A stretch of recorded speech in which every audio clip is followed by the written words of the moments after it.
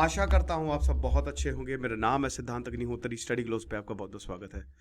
तो आज हम बात करेंगे 29 अगस्त के करंट अफेयर्स की। तो ह्यूमनॉइड स्कल डिजाइन, चलो बेटा, गगनयान पे ये सारे मतलब टॉपिक्स है। तो गगनयान पे कंकाल, लेकिन दोस्तों पॉर्न एडिक्शन का शानदार कोर्स आप इसको खत्म करने का जरूर आप अवेल करें।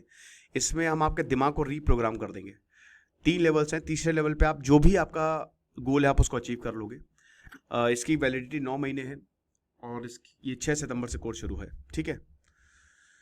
और 6 सितंबर से ही आपकी वैलिडिटी काउंट होगी। तो गगनयान मिशन एक बहुत ही, कहते हैं ना कि हमारा मोस्ट एम्बिशियस मिशन है ये, है ना। तो गगनयान मिशन पर्पस क्या है? सबसे पहली बात तो जो इंडिया का ह्यूमनॉइड रोबोट है उसकी स्पेस सेफ्टी टेस्टिंग हमने कर ली है। अब हम अपने साइंटिस्ट को स्पेस पे भेजेंगे नासा के साथ मिलके। पर्पस क्या है? व्योम मित्र, व्योम मित्र इसको बोला जाता है। ये स्पेस पे जाएगा और ये बैठेगा गगन, जैसे आपने एलियन मूवीज देखी होगी ना, या इंटरस्टेलर, उसमें एक रोबोट होता है, तो वैसे ही ये होगा, ठीक है, ह्यूमन एस्ट्रोनॉट के साथ। अब इसमें क्या है? खोपड़ी है, कंकाल है ये, है ना। ये ह्यूमनाइड फीचर जो है, स्कल इसका 800 ग्राम है, जो कि एल्यूमिनियम एलॉय से बनाया है। और उसके बाद लॉन्च, प्रेशर, वाइब्रेशन सब ये सह लेगा।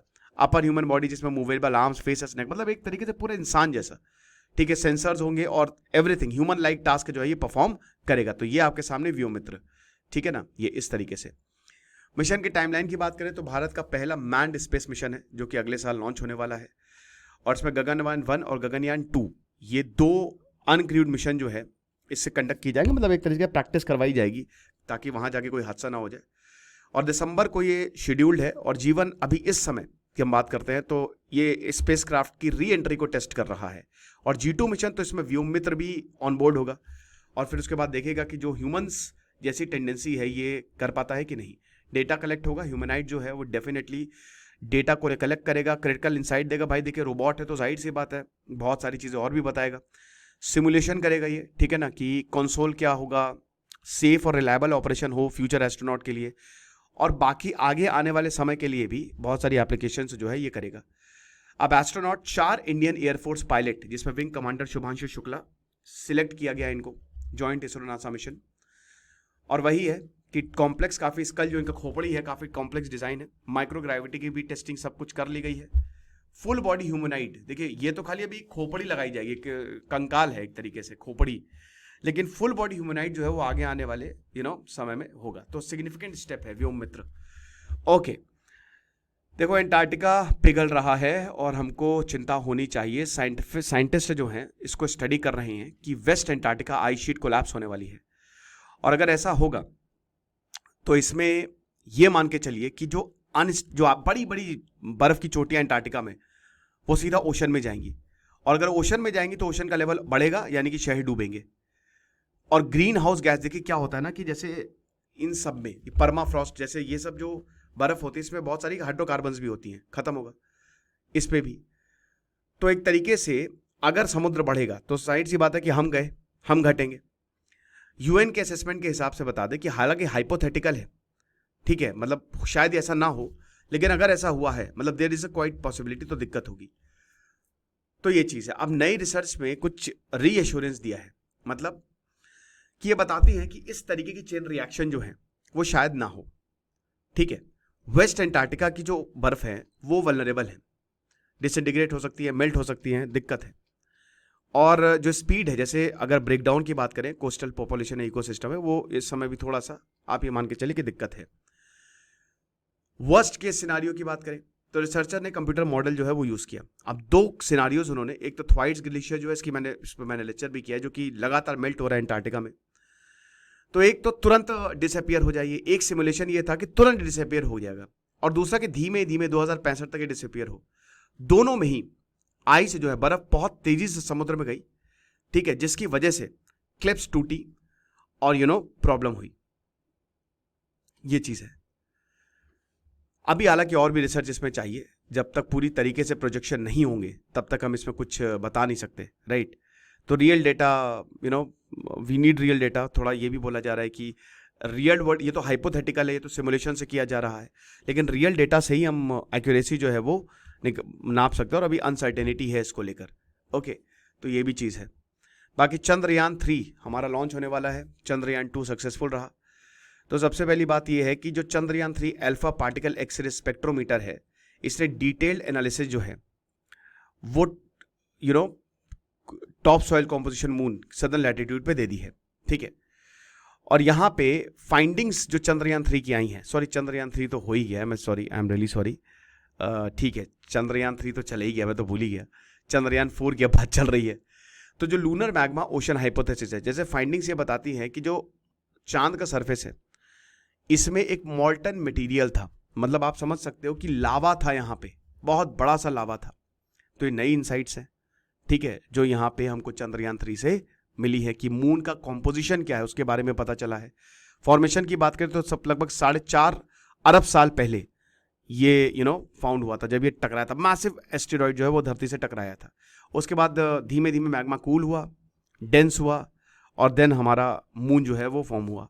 एपी एक्सेस डेटा फाइंडिंग ये बताती है कि जो क्रस्ट है, ठीक है ना, अपर लेयर की क्रस्ट, उसमें आयरन और मैग्नीशियम सोडियम सब है, लोअर लेयर में मैग्नीशियम ज्यादा है।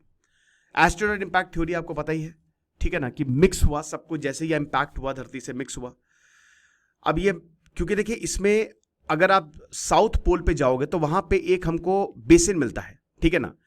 अब ये बेसिन जो है, मतलब ये एक तरीके से क्रिस्टल मिक्सिंग हुई है धरती से, यानी कि हमको ये पता चला है कि हाँ ये हुआ होगा, तभी धरती पे हमको सबूत मिले हैं। तो लगभग 2500 किलोमीटर डायमीटर का है वो, 6.2 से 8.2 किलोमीटर डीप है वो।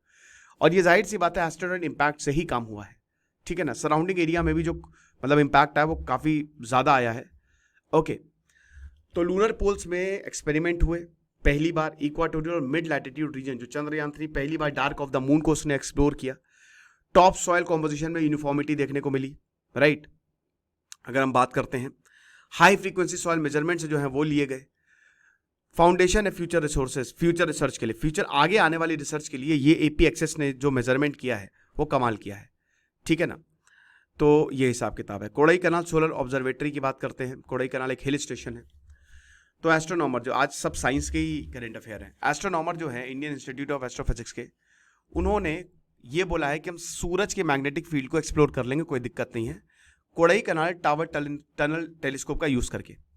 तो अगर हमने मैग्नेटिक फील्ड को अलग अलग लेयर्स पे एग्जामिन कर लिया सोलर एटमॉस्फेयर में, तो हम बहुत कुछ समझ जाएंगे। आप समझ रहे हो मेथडोलॉजी क्या है भाई? बहुत सारी स्पेक्ट्रल लाइंस हैं जो कि सन में स्पेक्ट्रल लाइंस होती हैं, उसको हम एक तरीके से मेजर करने वाले हैं, राइट। मैग्नेटिक फील्ड मेजरमेंट्स जो हैं वो होंगे इसमें, ठीक है। जो कैल्शियम और हीलियम के मॉलिक्यूल जो प्रेजेंट होते हैं उनकी जो लाइन होती है उसको देखा जाएगा, ठीक है। इसका सिग्निफिकेंस बहुत ही इंपॉर्टेंट है, क्योंकि जो क्रोमो भाई जो बाहर की मैग्नेटिक फील्ड है, ठीक है, सन की, सूरज की, तो उसमें बहुत तेजी से टेम्परेचर चेंजेस होते हैं। तो सबसे बड़ी बात इसका जो एच अल्फा का लाइन सिग्निफिकेंस है ये है, इसको देखा जाएगा। और ऐसे ही स्पेक्ट्रम जो है इसी तरीके से स्पेक्ट्रम को एनालाइज किया जाता है, और आगे आने वाले समय में भी ये स्टडी जो है बहुत ही जबरदस्त काम करेगी, और एक पूरा का पूरा कोलैबोरेटिव एफर्ट है, ठीक है। अलग अलग साइंटिस्ट जो है इससे काम करें। ऊपर कहाँ से चला गया आखिरी हमारा अरे यार तो ऊपर चला गया है, ठीक है ना। तो यहाँ पे Malaviya mission teacher programme paper 2 के लिए सुपर इंपॉर्टेंट है। ऑब्जेक्टिव क्या है कि सबसे पहले हमको एम्पावर करना है, ठीक है। जो भी हायर एजुकेशन इंस्टीट्यूट्स हैं उनको एम्पावर करना है जितना हो सके। स्टूडेंट्स और